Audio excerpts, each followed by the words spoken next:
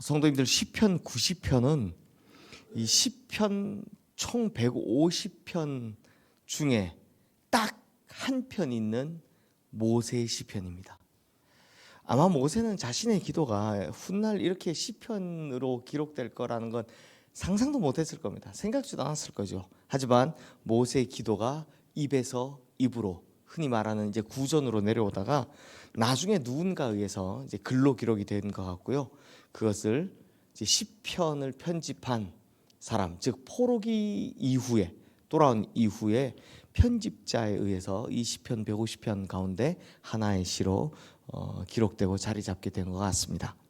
그러다 보니 시편 90편은 모세의 시이기는 하지만 이 시를 통해 객관적인 눈으로, 객관적인 의미에서 후대들이, 즉 제3자가 평가하는 모세에 대해서 알 수 있는 것이죠. 이런 모세의 평가를 단번에 알아볼 수 있는 것이 하나 있습니다. 그게 뭐냐? 바로 표제어입니다. 표제어에 뭐라고 쓰여 있습니까? 하나님의 사람 모세의 기도라고 쓰여져 있습니다. 그러니까 훗날 시편의 편집자가 이 시를 사람들에게 어떻게 소개할까? 모세를 어떤 사람으로 소개할까라고 고민하다가 쓴 것이 뭐다? 하나님의 사람이다라는 겁니다. 저는요, 이 하나님의 사람 모세의 기도라는 표제어만 봐도 큰 은혜를 받습니다.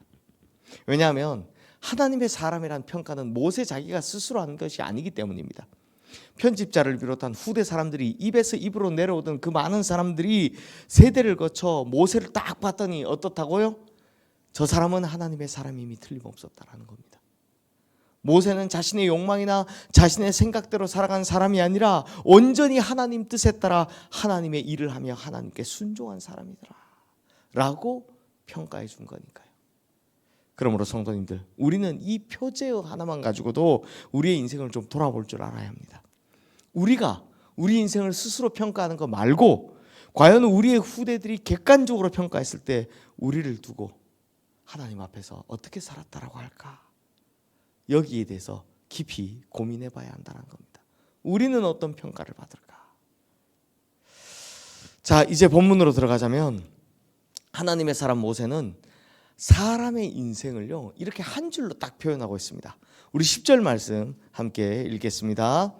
우리의 연수가 70이요 강건하면 80이라도 그 연수의 자랑은 수고와 슬픔뿐이요 신속히 가니 우리가 날아가니이다. 그런데요, 성도님들, 성경 좀 아시는 분들 보기에는 이게 뭐가 안 맞죠? 뭐가 이상합니까? 모세는 인간의 연수를 강건하여도 얼마요? 80이라 했는데 우리 연수가 70이요 강건하여도 80이라고 했는데 정작 모세는 몇 살까지 살았습니까? 네, 120살까지 살았잖아요.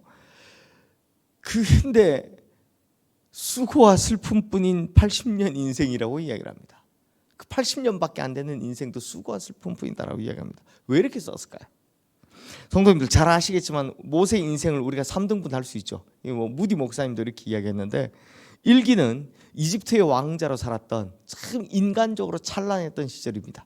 그리고 2기는 미디안 광야에서 정말 도망치듯 살았던 도망자 양치기 40년 인생입니다. 그렇게 80세가 되어서야 모세는 드디어 하나님을 만날 수 있었습니다. 그리고 나머지 40년을 하나님을 위해 살게 된 거죠. 그러니 모세는 자신의 인생을 회고해 볼 때 인간 모세의 인생은 언제 끝났다?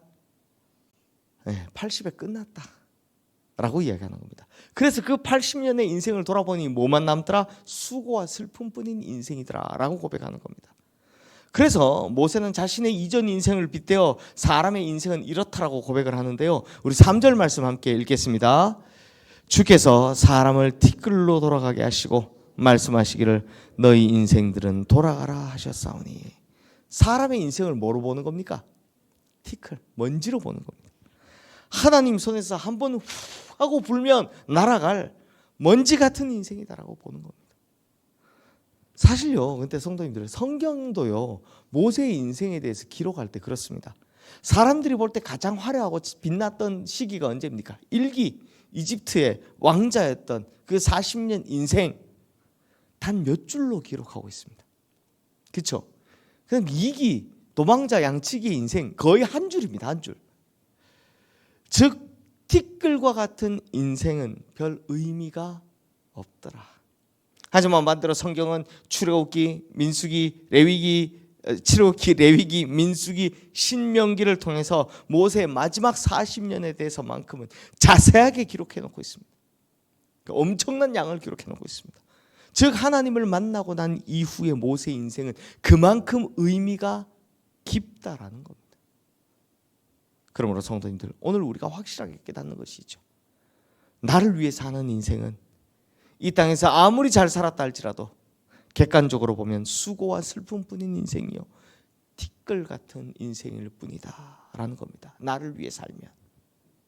반면 하나님을 위해 사는 인생은요, 객관적으로 보든 하나님의 눈으로 보든 진짜 의미 있는 인생이다 라는 겁니다.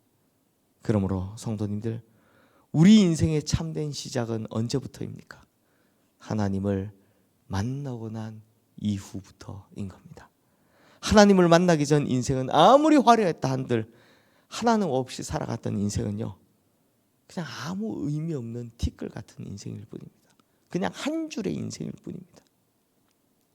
그러므로 우리 인생은 하나님을 만나고 나서 나를 위해 살던 인생이 티끌뿐인 인생임을 제대로 고백한 이후, 그때부터가 하나님 앞에서 진짜 의미 있는 참된 인생일 줄로 믿습니다. 그러므로 우리 성도님들 이미 하나님을 만나셨으니까 오늘부터라도 하나님 앞에서 정말 의미 있는 인생, 하나님을 위해 살아가는 참되고 값진 인생을 살아가게 되시기를 주님의 이름으로 축원합니다.